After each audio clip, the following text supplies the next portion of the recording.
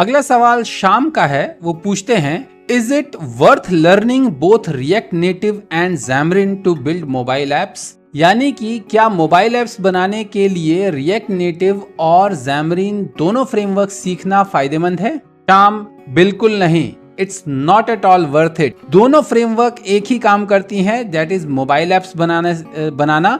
सो react native भी आपको mobile app बनाने की फैसिलिटी देता है, क्रॉस प्लेटफॉर्म मोबाइल ऐप बनाने की फैसिलिटी देता है, और ज़ैमरिन भी आपको क्रॉस प्लेटफॉर्म मोबाइल ऐप बनाने की फैसिलिटी देता है। सो दोनों फ्रेमवर्क सीखने का आपको कोई फायदा नहीं, बिकॉज दोनों फ्रेमवर्क कंप्लीटली डिफरेंट हैं, दोनों में कंप्लीटली डिफरेंट टेक्नोलॉजीज यूज होती है, और आप अगर दोनों फ्रेमवर्क सीख भी लेते हैं तो इन दोनों फ्रेमवर्क के नॉलेज को आप इंटरचेंजेबली कहीं पर भी यूज नहीं कर सकते। So it will be a complete time waste to learn both Xamarin and React Native to do mobile app development. तो किस सिचुएशन में इन दोनों में से कौन सा फ्रेमवर्क आपको सीखना चाहिए, ये मैं आपको बताता हूं। यदि आप एक एक्सपीरियंस्ड जावास्क्रिप्ट डेवलपर हैं, सो जावास्क्रिप्ट के किसी भी फ्रंट एंड फ्रेमवर्क के बारे में आपको अच्छे से नॉलेज है।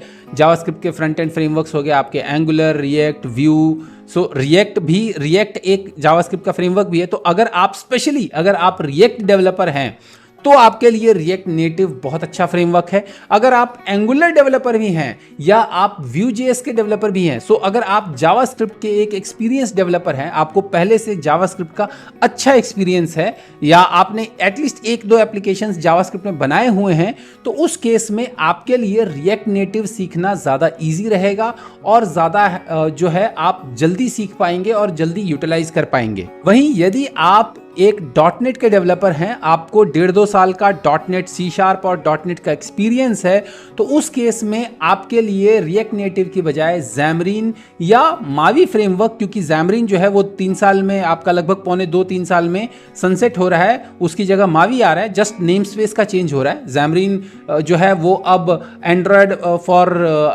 .NET और iOS फॉर .NET के नाम से चेंज हो जाएगा।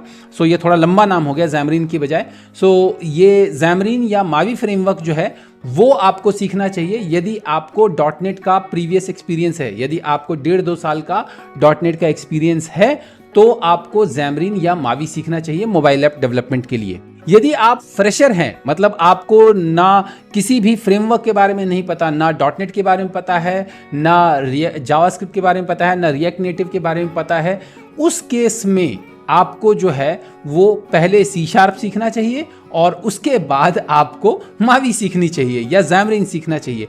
क्योंकि C# और ज़ैमरिन सीखने से ना सिर्फ आप मोबाइल ऐप डेवलपमेंट बल्कि आप वेब डेवलपमेंट और डेस्कटॉप डेवलपमेंट की तरफ भी जा सकते हैं। सो आपकी जो अपॉर्चुनिटीज़ हैं वो ज़्यादा मिलेंगी अगर आप C# सीखते हैं तो।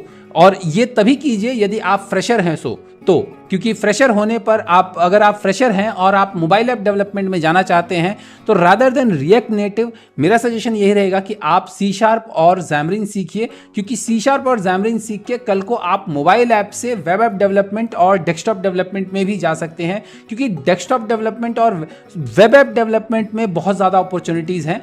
मोस्ट ऑफ द वेब के जो बैकएंड्स हैं वो .NET में ही लिखे गए हैं। सो आपको वेब डेवलपर के जॉब जो है, बैकएंड डेवलपर के जॉब बहुत ही इजीली मिल जाएंगे।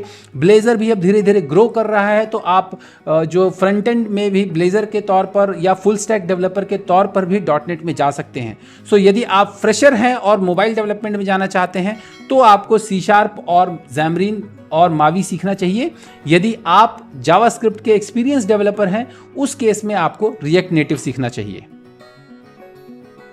उम्मीद है आपको मेरे ये जवाब पसंद आए होंगे। यदि आपको मेरे ये जवाब पसंद आए हैं तो इस वीडियो को लाइक कीजिए, मेरे चैनल को सब्सक्राइब कीजिए और जितना हो सके इस वीडियो को सबके साथ शेयर कीजिए। तो जल्द ही मिलते हैं मेरे अगले वीडियो में, तब तक के लिए अपना ख्याल रखिएगा। नमस्कार।